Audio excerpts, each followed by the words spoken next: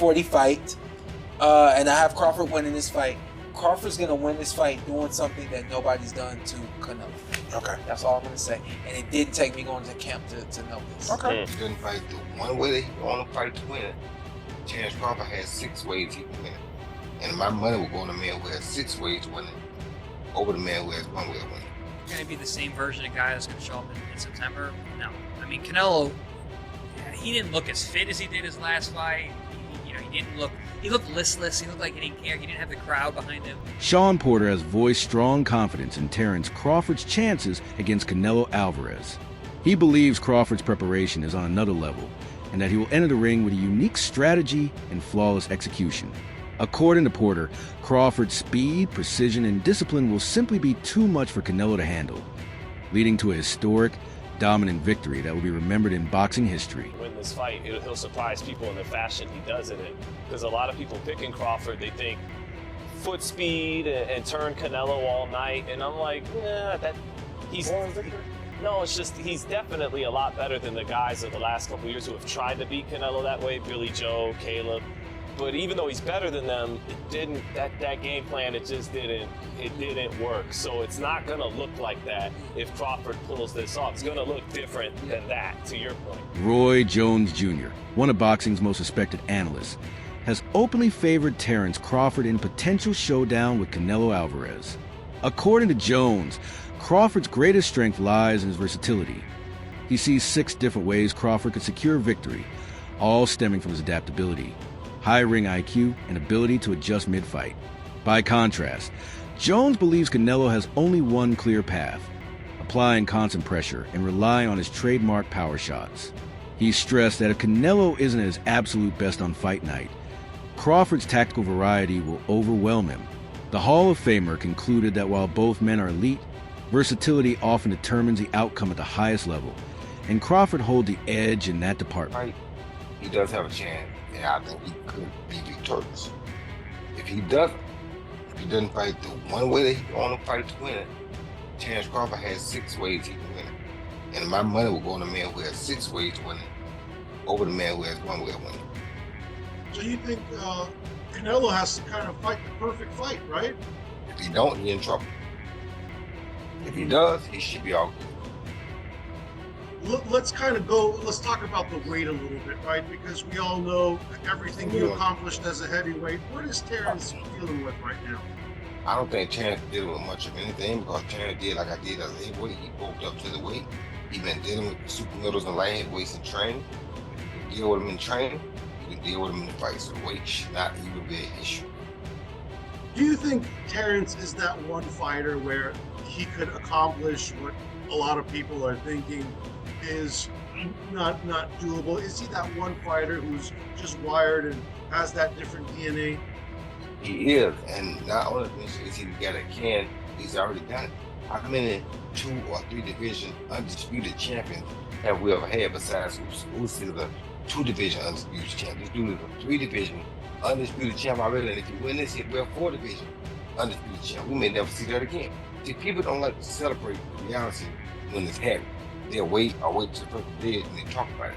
This man is the only 3 division undisputed champion that boxing has ever had. And we're asking, are we wondering, can he step up to a task? Really? Do you know what we're talking about?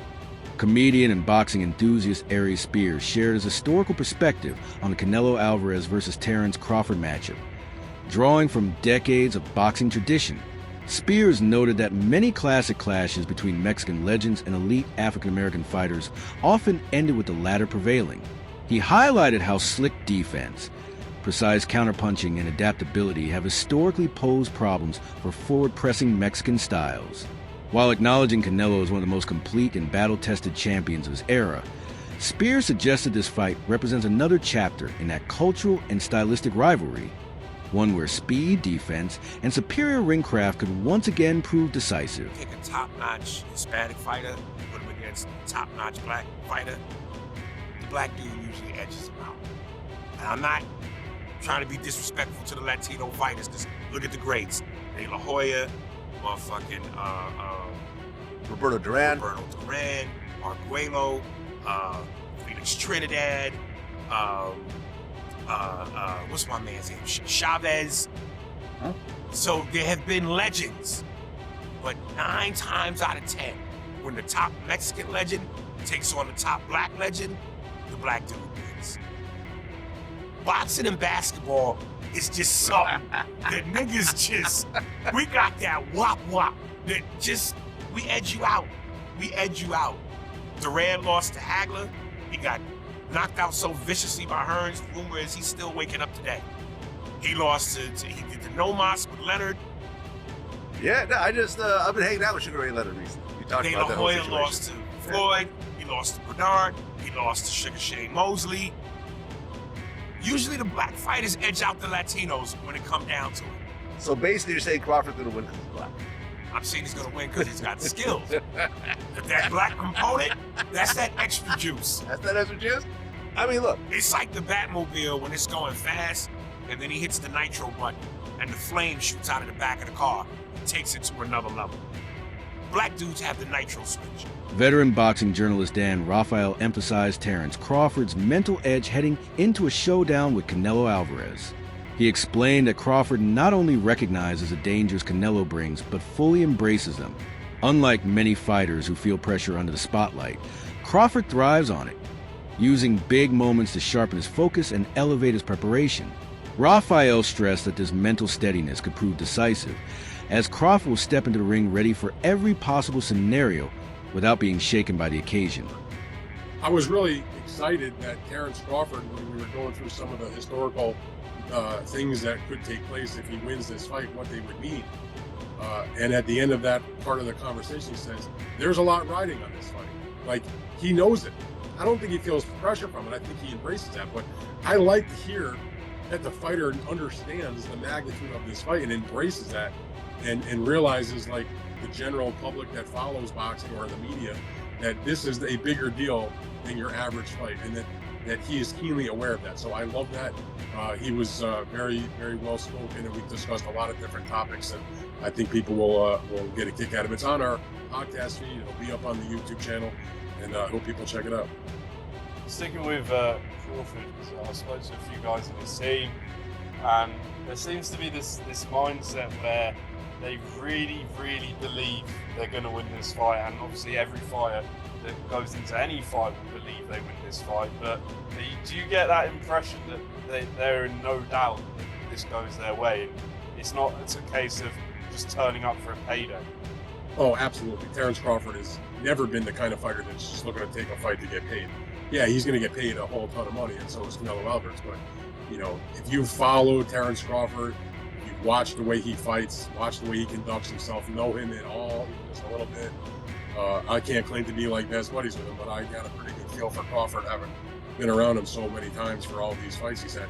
There is 0.000% chance that he is coming into this fight with anything other than victory in mind. I mean, he really believes that this is his moment to shine and create a huge addition to what's already a tremendous boxing legacy. Besides just the money, I mean, Terence Crawford can take a fight against anybody making a good amount of money.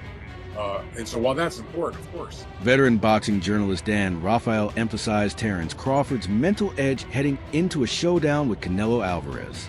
He explained that Crawford not only recognizes the dangers Canelo brings, but fully embraces them. Unlike many fighters who feel pressure under the spotlight, Crawford thrives on it, using big moments to sharpen his focus and elevate his preparation. Raphael stressed that this mental steadiness could prove decisive, as Crawford will step into the ring ready for every possible scenario without being shaken by the occasion. Legacy. And he gave a resounding yeah. A resounding yeah. He said it would tarnish Canelo, massively tarnish Canelo's legacy. And some of the things that he said were just basically things that most of us know, just some register and make sure that other people know and others don't, right? But it would tarnish his legacy, and for the obvious reasons. One is, we know that the guy's older. Crawford's older. He's going to be 38 years old here, right? So he's an older fighter. He's an inactive fighter, right? And most of the time, these are things that, make people say that people don't lose. Man, he's inactive. So he's pretty inactive, hasn't fought in a year, hasn't fought more than once a year in 3 to 4 years. Showbiz the Adult, a highly respected boxing analyst, offered a balanced breakdown of the Canelo Alvarez versus Terence Crawford matchup, giving credit to both fighters. He emphasized Canelo's trademark strengths, his durability, relentless pressure, and ability to absorb punishment while setting traps and landing devastating counters that have defined his dominance.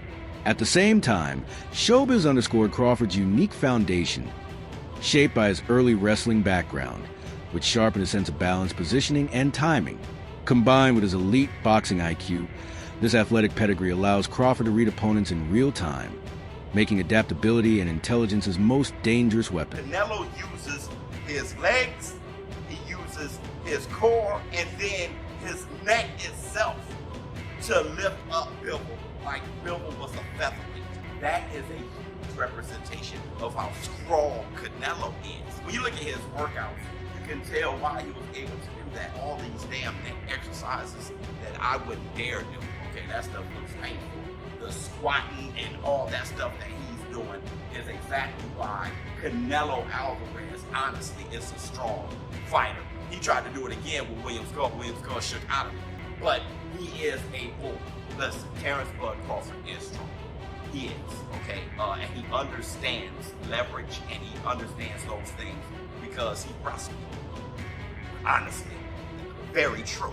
But Saul Canelo Alvarez is also extremely strong.